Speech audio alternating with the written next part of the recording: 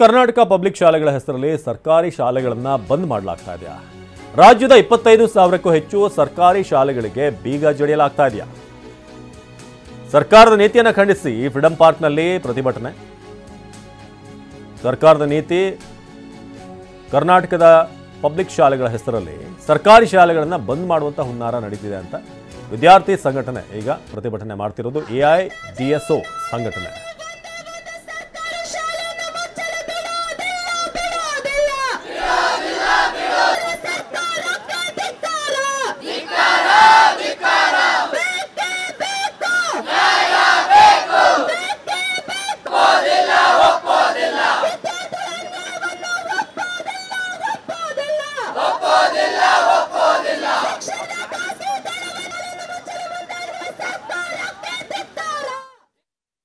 Minister ಹೇಳ್ತಾ ಇದ್ದಾರೆ, ತಲೆಹರಟೆಗಳು ಮಾತಾಡ್ತಾ ಇದ್ದಾರೆ KPS ಶಾಲೆ ವಿರುದ್ಧ ಅಂತ ಹೇಳಿ.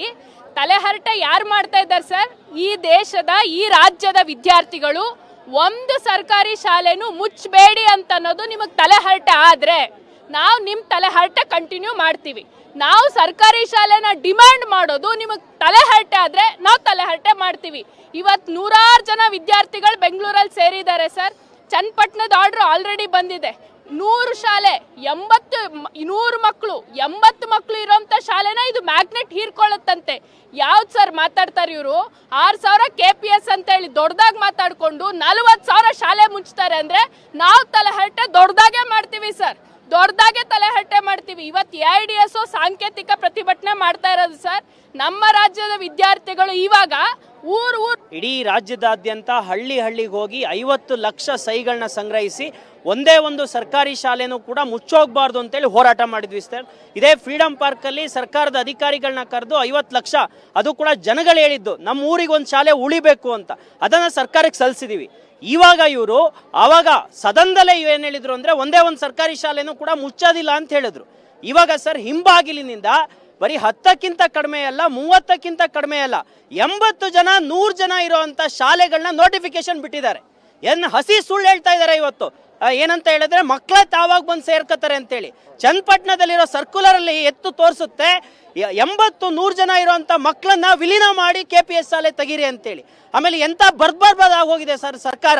ಇವತ್ತು ಏಷ್ಯನ್ ಡೆವಲಪ್ಮೆಂಟ್ ಬ್ಯಾಂಕ್ ಇದ್ದ 2,500 ಕೋಟಿ 10,000 ಕೋಟಿ ಇವರು ಅಂಗಲಾಚ್ತಾ ಇದ್ದಾರೆ ಕೊಡಿ ಅಂತೇಳಿ. ನಮ್ಮ ತೆರಿಗೆ ದುಡ್ಡಿಲ್ವಾ ಸರ್ ಇವತ್ತು ಸರ್ಕಾರಿ ಶಾಲೆಗಳನ್ನ ಉಳಿಸಿ ಬೆಳೆಸೋದಕ್ಕೆ? ಡಿಜಿಟಲ್ ಅರೆಸ್ಟ್ ಮಾಡಿ 31.83 ಕೋಟಿಯನ್ನ ಲೂಟಿ ಮಾಡಲಾಗಿದೆ. ಬೆಂಗಳೂರಿನ IT ಕಂಪನಿ ಮಹಿಳಾ ಉದ್ಯೋಗಿಗೆ ವಂಚನೆಯನ್ನ ಮಾಡಲಾಗಿದೆ. ಇಂದಿರಾನಗರ ನಿವಾಸಿಯಾಗಿರುವಂತಹ ಮಹಿಳೆಗೆ ಅನಾಮಿಕ ಕರೆಯನ್ನ ಮಾಡಿದ್ದಾನೆ.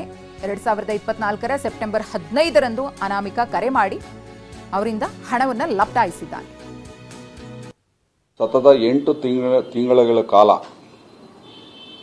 ಆ ಮಹಿಳೆಯನ್ನು ಡಿಜಿಟಲ್ ಅರೆಸ್ಟ್ ಮಾಡಿ ಆ ಮಹಿಳೆಯಿಂದ ಸುಮಾರು 31.5 ಕೋಟಿಯಷ್ಟು ಹಣವನ್ನು ಸೈಬರ್ ಕ್ರಿಮಿನಲ್ಸ್ ವಸೂಲಿ ಮಾಡಿದ್ದಾರೆ.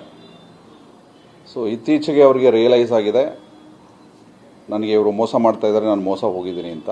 ಮೋಡಸ್ ಆಪರಂಡಿ ಏನು ಅಂದರೆ ಅವ್ರಿಗೆ ಫೋನ್ ಬಂದಿದೆ. ಒಂದು ದಿವಸ ಫೋನ್ ಬಂದಾಗ ಫೋನ್ನಲ್ಲಿ ಅವರು ನಾವು ಡೆಲ್ಲಿ ಏರ್ಪೋರ್ಟಲ್ಲಿ ನಿಮ್ಮದು ಕ್ರೆಡಿಟ್ ಕಾರ್ಡು ಮತ್ತು ನಿಮ್ಮ ಆಧಾರ್ ಕಾರ್ಡ್, ನಿಮ್ಮ ಐಡೆಂಟಿಟಿ ಕಾರ್ಡ್ಸು ಒಂದು ಬ್ಯಾಗಲ್ಲಿ ಸಿಕ್ಕಿದೆ. ಆ ಬ್ಯಾಗಲ್ಲಿ ಡ್ರಗ್ಸ್ ಇದೆ. ಸೊ ಹಾಗಾಗಿ ಡ್ರಗ್ ಸ್ಮಗ್ಲರ್ ಜೊತೆ ನಿಮ್ಮ ಸಂಬಂಧ ಇದೆ ಅಂತ ಹೇಳಿ ನಿಮ್ಮನ್ನು ವಿಚಾರಣೆಗೆ ಕರಿಬೇಕು ಅಂತ ಹೇಳಿ ಕಾಲ್ ಟ್ರಾನ್ಸ್ಫರ್ ಮಾಡ್ತಾರೆ. ಇನ್ನೊಬ್ಬರು ನಮ್ಮ ಸೀನಿಯರ್ ಆಫೀಸರ್ ಮಾತಾಡ್ತಾರೆ ಅಂತೇಳಿ ಕಾಲ್ ಟ್ರಾನ್ಸ್ಫರ್ ಮಾಡಿದ್ದಾರೆ. ಕಾಲ್ ಟ್ರಾನ್ಸ್ಫರ್ ಮಾಡಿದಾಗ ಇನ್ನೊಬ್ಬರು ಅಲ್ಲಿಂದ ಮಾತಾಡಿದ್ದಾರೆ, ನಾನು CBIನಿಂದ ಮಾತಾಡ್ತಾ ಇದ್ದೀನಿ, ಸೊ ನಾವು ಯುವರ್ ಅಂಡರ್ ಅರೆಸ್ಟ್ ಅಂತ ಹೇಳಿ ನೀವು ಸ್ಕೈಪ್ನಲ್ಲಿ ಬರಬೇಕು ಅಂತ ಹೇಳಿ